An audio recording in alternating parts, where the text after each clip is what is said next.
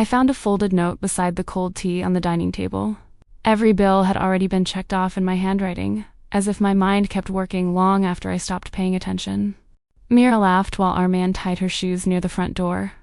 I watched them quietly while my thumb refreshed the banking app again without thinking. The kitchen sounded ordinary that morning, with bread in the toaster and water beginning to boil. But every small sound seemed to turn into another number I needed to remember. Before leaving, Arman kissed my forehead and thanked me for managing everything at home.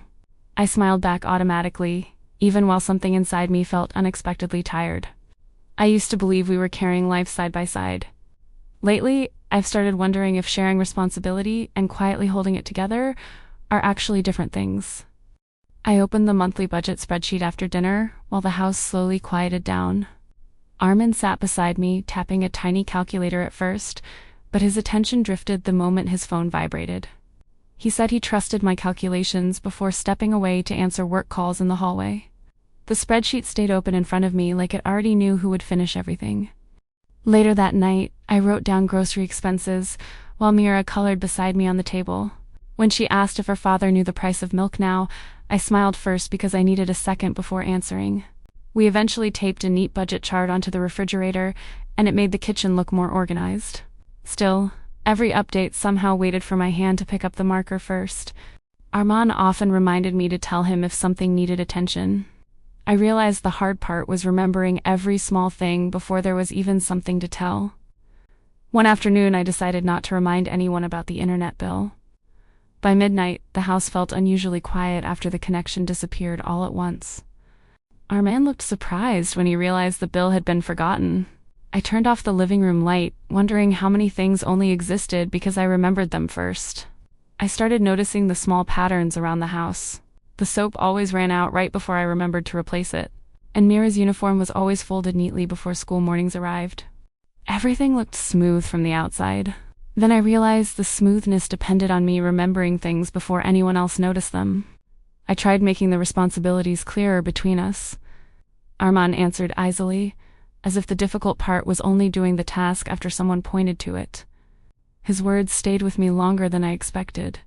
Just tell me what needs to be done still meant I had to carry the map in my head first. At the supermarket, Arman smiled and said I was good at remembering everything the house needed. I smiled back, even while my mind kept counting what would run out next week. Somewhere along the way, I stopped noticing my own needs quickly. My face cream stayed empty for weeks, and the new book on my shelf remained wrapped in plastic. The house never missed what it needed. For the first time, I quietly wondered why keeping everything together had started feeling less like love and more like constant responsibility. Sunday breakfast felt easy for a while. I looked at our family photo later and realized my smile in it was completely genuine. On the drive home, Arman casually asked if our finances were still okay for next week. Before answering him, my mind had already started checking every number I carried alone. I knew the emergency savings balance without checking. I carried every due date quietly in my head, while Arman only needed to hear that everything was under control. I started reacting to small things more than usual. The open toothpaste cap and damp towel no longer felt minor after carrying invisible tasks all day. When Arman asked if I was tired lately, I almost answered honestly. Instead, I chose the easier sentence and blamed it on lack of sleep. I kept reminding myself that Arman was not a bad husband. He loved Mira, came home on time, and still, somehow I felt exhausted beside all the goodness. That was the part I could never fully explain.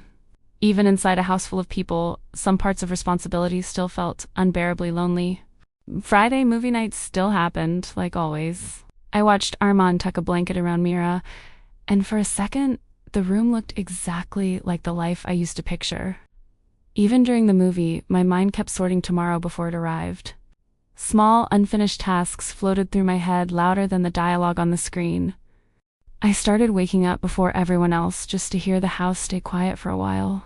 The darkness felt calmer than the part of the day when every voice needed something from me. Arman laughed and said, I always seemed one step ahead. I smiled back, even though most days I was only trying not to fall behind. Other parents talked about vacation plans while I quietly counted next month in my head. I nodded at the conversation, but my thoughts never really stayed at the table. I forgot small conversations more often lately. But somehow I still remembered every appointment and every deadline connected to Mira. From the outside, our home still looked steady and ordinary. But inside myself, I was getting tired of carrying a role that never seemed to pause. Rain tapped softly against the windows while the power disappeared for a few quiet minutes. We continued dinner under a small candle as if routines could still hold the house together. Mira sat on the floor drawing with crayons while I washed the last dishes from dinner. Her small voice calling Mom, look, sounded lighter than the thoughts in my head. In Myra's drawing, I was carrying shopping bags in both hands. Arman and Mira stood beside me, smiling like they had nowhere else to think about being. I laughed softly and asked why I was carrying so many things in the picture. Mira answered immediately, as if the reason had always been obvious to her. My hands stopped under the running water without me realizing it. I kept staring at the drawing while the sink continued making quiet noise around me. Mira returned to coloring without noticing how quiet I had become. Her simple sentence stayed in the room longer than the rain outside. For the first time, I realized the weight I carried had already become visible inside this house. Even a child could recognize the things I had never learned to say aloud. After Mira fell asleep, the apartment became unusually quiet. I stayed at the dining table, staring at the unfinished budget sheet, even though my eyes had stopped reading the numbers.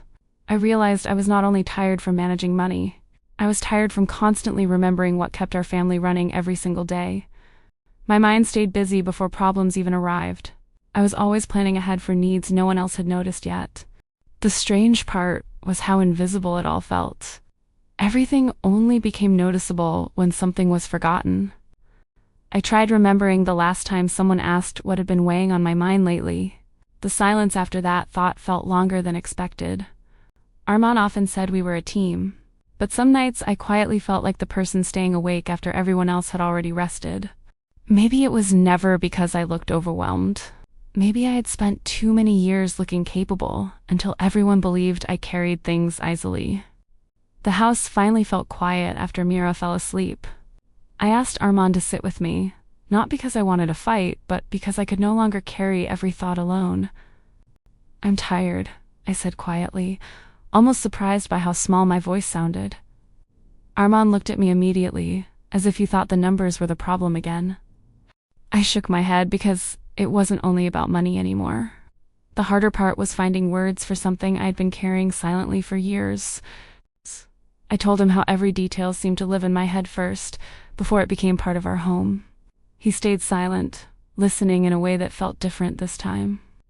I mentioned the school schedule, the kitchen supplies, the bills due next week. None of them were big problems alone, but together they never stopped circling in my mind. I could see something changing in Arman's face while I spoke. It wasn't guilt or defensiveness, only the look of someone realizing how much had gone unseen. I thought I was helping when you asked, he said softly. I nodded because that was exactly the exhaustion I had been trying to explain all along. The next morning still felt messy in familiar ways. School uniforms were wrinkled on the chair, and Mira buried herself deeper under the blanket when the alarm rang. Before leaving for work, Arman wrote a grocery list on his own. She noticed it only after seeing the folded paper beside the rice cooker. That night, he asked about the bills for the week and typed them into his phone himself. She realized she was answering without needing to carry the whole list in her head first. Nothing about the change looked dramatic from the outside, but her shoulders rested against the chair a little differently that evening. One morning, she suddenly remembered there were no eggs left. The familiar panic rose quickly before she could stop it. Arman simply said he would buy some on his way home. The morning continued quietly after that, almost surprisingly normal. She began to wonder if the heaviest part had never been the tasks themselves. Maybe it was the fear of letting them rest somewhere outside her own mind for a while. We are still learning how to carry things together. Some days Arman still forgets, and some days I quietly take everything back into my own hands without realizing it. But now I no longer feel alone inside my own thoughts. There is finally space to say that I am tired before everything becomes too heavy. I used to think love meant keeping everything running without complaint. Now I think love can also mean having someone willing to remember the invisible weight beside you. Maybe carrying too much for too long can make strength feel normal. And maybe many women become quiet simply because they are used to holding everything together. That night I watched Arman and Mira place a new shopping list on the refrigerator together. For the first time in a long while, the house felt like something we were carrying side by side.